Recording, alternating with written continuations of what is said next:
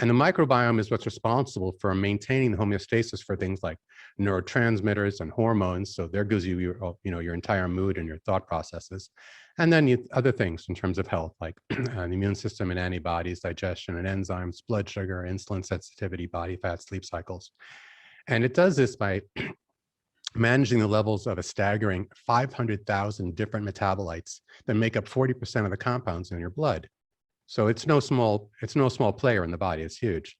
And to compare it to the immune system, the microbiome has more immune cells in your blood and bone marrow. In terms of hormones, your microbiome has more endocrine cells than all of your endocrine glands of your body combined.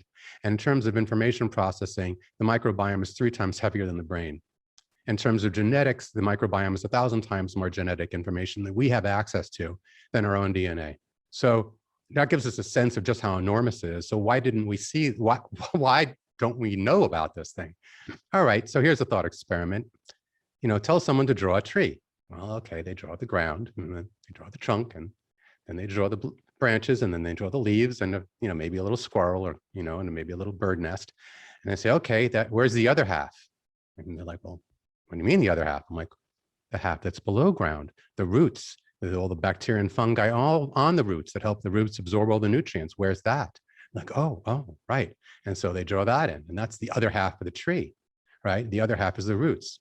Well, the microbiome is the roots of our metabolic tree.